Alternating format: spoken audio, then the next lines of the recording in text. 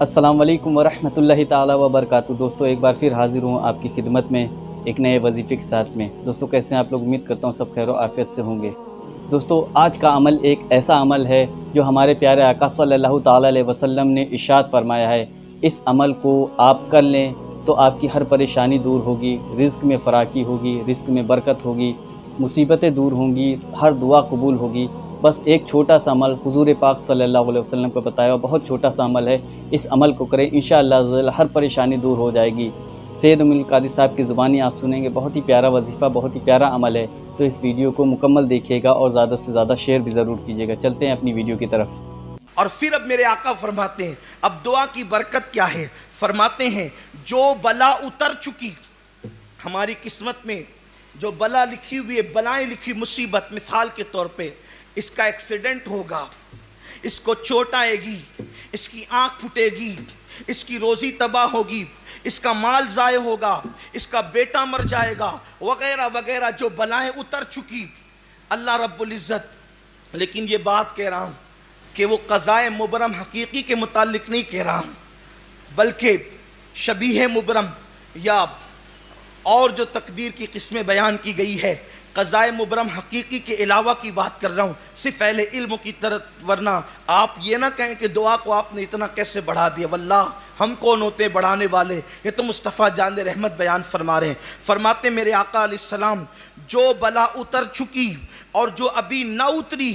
دعا کی برکت سے وہ سب کے سب دفع ہو جاتی ہے۔ سبحان اللہ، دعا سبحان ان اللہ۔ سب کے لیے، دعا ان سب کے حوالے سے نفع بخش ہے، یعنی جو بلا اتر چکی ہے وہ بھی ٹل جاتی ہے دعا کی برکت سے، اور جو اترنے والی ہے وہ بھی ٹل جاتی ہے۔ میرے آقا مصطفیٰ جان رحمت صلی اللہ علیہ وآلہ وسلم فرماتے ہیں، بلا اترتی ہے پھر دعا چڑھتی ہے، بلا اترتی ہے اور دعا چڑھتی ہے، یہاں تک کہ دونوں میں جھگڑا ہو جاتا ہے اور دونوں لڑتے رہتے ہیں قیامت تک، یہاں تک کہ دعا بلا کو اترنے نہیں دیتی، یعنی دعاؤں کی برکت سے بلائیں ٹل جایا کرتی ہے۔ پھر اس کے بعد میرے آقا صلی اللہ علیہ وآلہ وسلم ارشاد فرماتے ہیں، کیا میں تمہیں وہ چیز نہ بتاؤں؟ اب یہاں خاص توجہ، یہ حدیث پاک ابو یعلا میں ہے، حضرت جابر ابن عبداللہ انصاری رضی اللہ عنہ اس کے راوی ہیں۔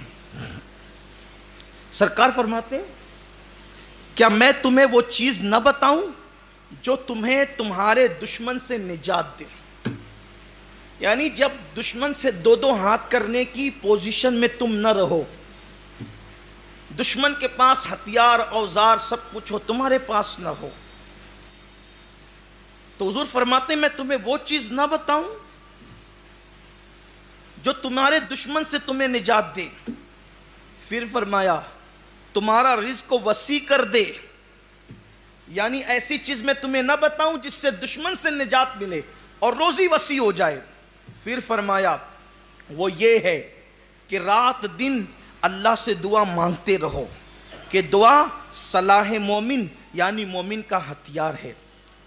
جہاں پر انسان کی طاقت جواب دے جاتی ہے وہاں انسان کی دعا کام آتی ہے، اور جب دعا کی جاتی، خود اللہ کے حبیب علیہ السلام جب 313 بدر میں تھے اور 1000 شام سامنے تھے، اس وقت حضور کیا کر رہے تھے؟ اللہ کے رسول کھڑے ہو کر دعا ہی تو کر رہے تھے، دعا کر رہے تھے اللہ کے حبیب علیہ السلام، اور دعا کی برکت سے دشمنوں پر فتح ملتی ہے، غلبہ نصیب ہوتا ہے، دعا کی طاقت بڑی مضبوط ہے، دعا سے رزق وسیع ہوتا ہے، دعا سے اللہ تعالیٰ روزی میں وسعت عطا فرماتا ہے۔ اب پھر میرے آقا علیہ السلام فرماتے ہیں دعا نہ کرنے کا نقصان، جو دعا نہیں کرتے،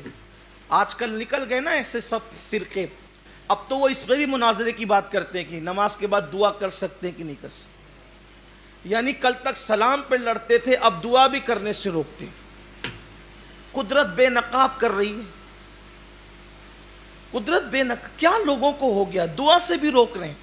جس کو مغز عبادت قرار دیا گیا لوگ اس سے بھی منع کر رہے ہیں، اس پہ بھی بحث ہے، نماز پڑھو اور نکل جاؤ،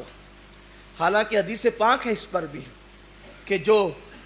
دعا نہیں کرتا، حضور علیہ السلام دیکھیے کیا فرما رہے اس کے لیے، میرے آقا فرماتے ہیں جو اللہ سے دعا نہیں کرتا اللہ اس سے ناراض ہوتا ہے، اللہ اس پہ غضب فرماتا ہے، یعنی جو دعا کرنا چھوڑ دے قدرت اس پر غضبناک ہو جاتی ہے، اللہ اس سے ناراض ہو جاتا ہے، بلکہ اللہ فرماتا ہے جب تو مجھ سے نہیں مانگتا تو میں تو پھر بے نیاز ہوں، جا، جب تو مجھ سے نہیں مانگتا تو میں بے نیاز ہوں تجھ سے، جا، اسے کیا ہے، اسے کیا ہے؟ تو فرمایا گیا مانگتے رہو اگر خدا کی خوشی چاہتے ہو۔ اللہ تعالیٰ فرماتا ہے، حدیث قدسی ہے، جو مجھ سے دعا نہ کرے گا میں اس پہ غضب فرماؤں گا، یعنی دعا مانگے گا تو رحمت کروں گا، اور دعا نہیں کرے گا تو اللہ فرماتا ہے میں اس پہ غضب فرماؤں گا۔ پھر میرے آقا صلی اللہ علیہ وآلہ وسلم جو ہے وہ امت کو بتا رہے ہیں کہ اے میری امت، آقا کریم صلی اللہ علیہ وسلم ترغیب دے رہے ہیں کہ مانگتے رہو تاکہ خدا کی رحمت ملتی رہے،